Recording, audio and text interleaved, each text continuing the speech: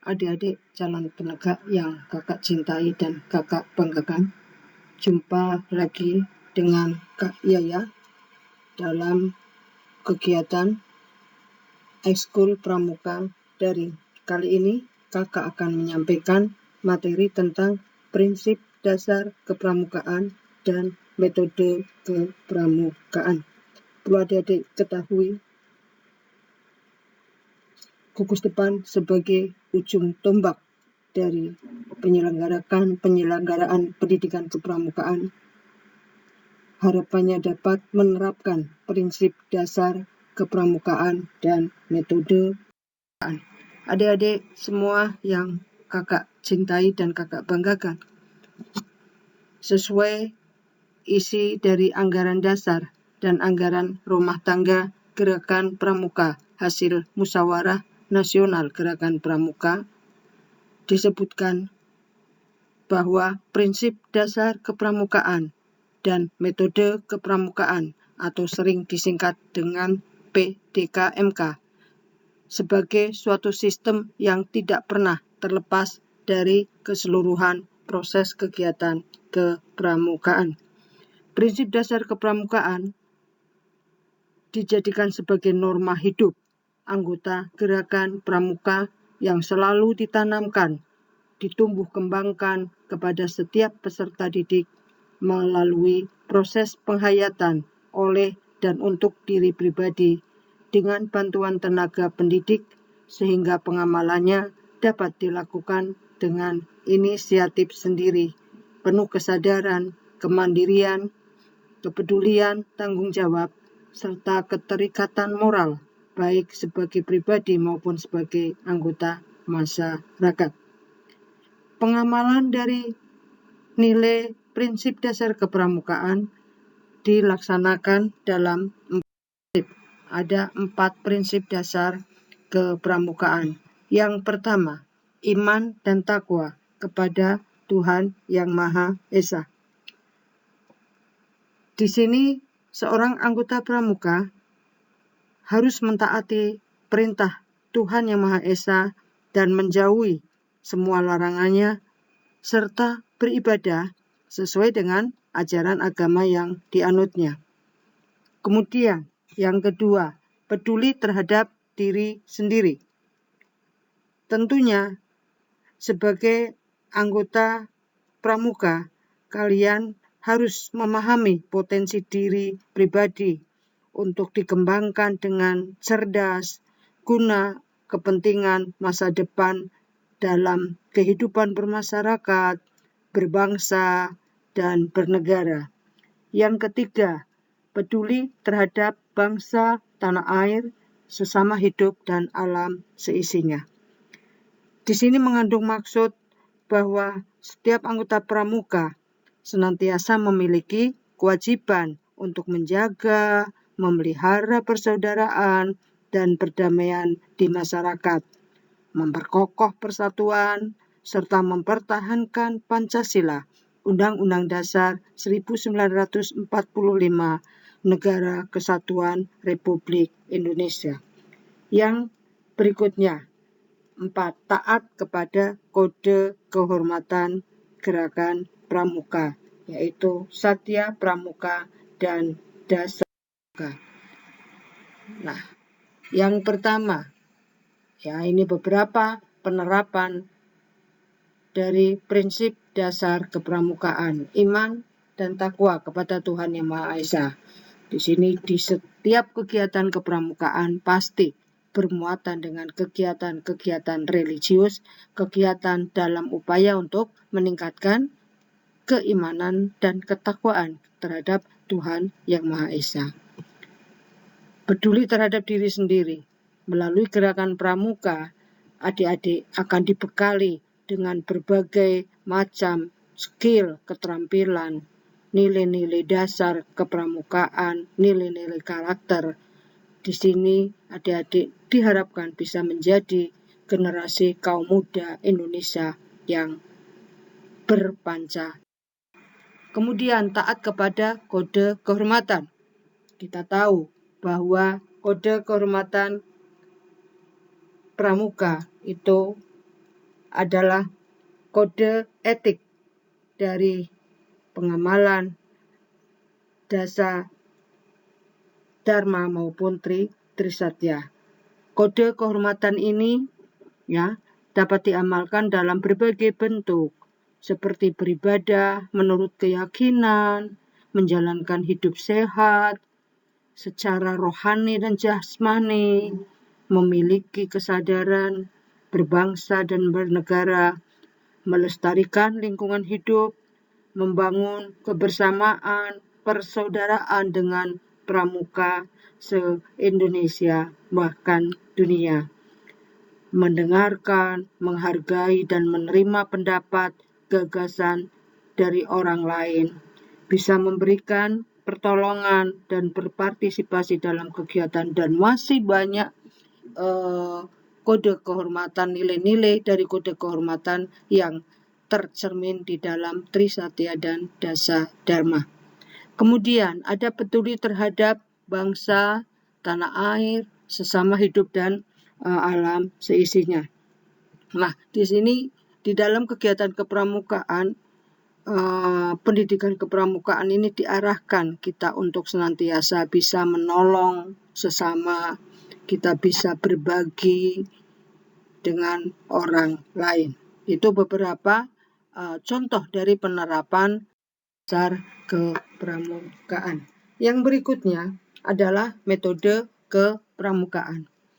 Dalam anggaran dasar disebutkan bahwa metode kepramukaan adalah metode belajar yang interaktif antara pembina dengan peserta didik dan progresif, selalu mengarah kepada tujuan yang dicita-citakan oleh gerakan pramuka yang dilaksanakan melalui 8 metode, melalui pengamalan kode kehormatan pramuka, belajar sambil melakukan, kegiatan berkelompok, bekerja sama dan berkompetensi, kegiatan menarik dan menantang, kegiatan di alam terbuka, kehadiran orang dewasa, penghargaan berupa tanda kecakapan, dan sistem terpisah.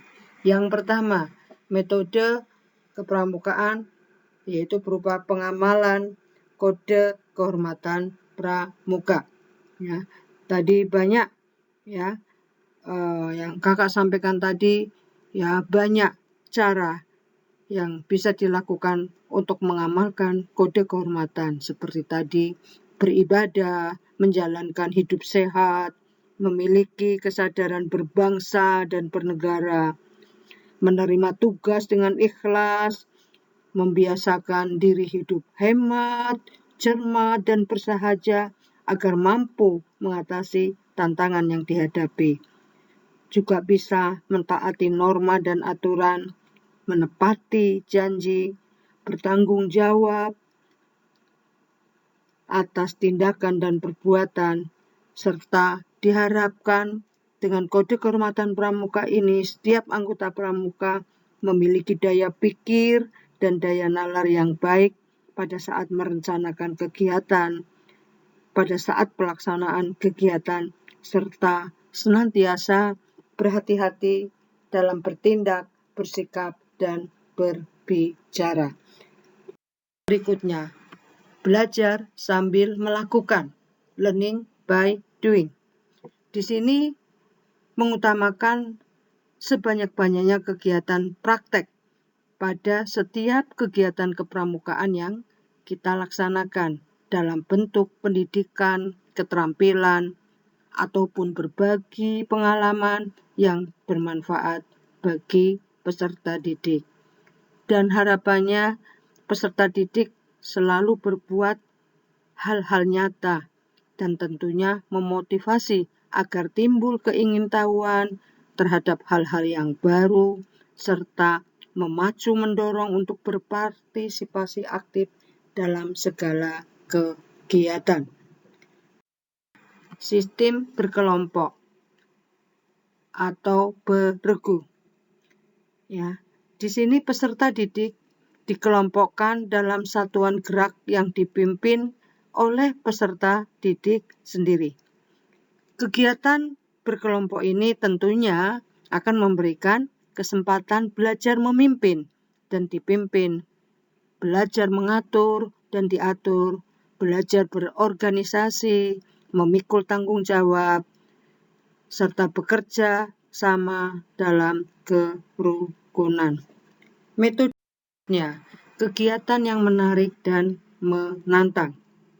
Kegiatan menarik dan menantang ini merupakan kegiatan yang kreatif, inovatif, rekreatif, dan mengandung pendidikan yang diharapkan mampu mengubah sikap dan perilaku serta meningkatkan kecakapan hidup setiap anggota pramuka, di mana diselenggarakan tentunya sesuai dengan bakat minat kaum muda agar bersedia dan bergabung dalam gerakan pramuka.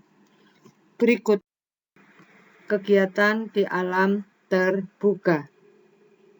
Ya, di sini pada kegiatan di alam terbuka, ya, bahwa kegiatan kepramukaan itu diharapkan bisa mengembangkan kemampuan di dalam mengatasi tantangan, bahwa menyadari bahwa tidak ada sesuatu yang berlebihan dalam dirinya.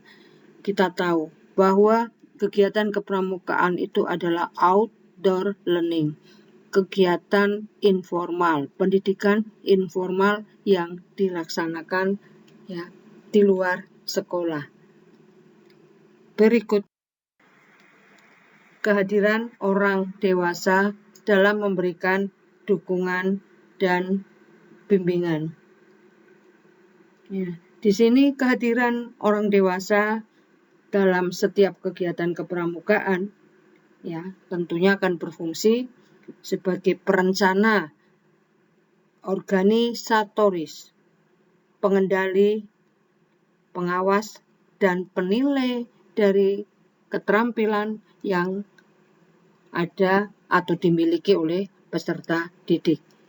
Pembina sebagai konsultan sekaligus motivator untuk peserta didik dalam melaksanakan kegiatan.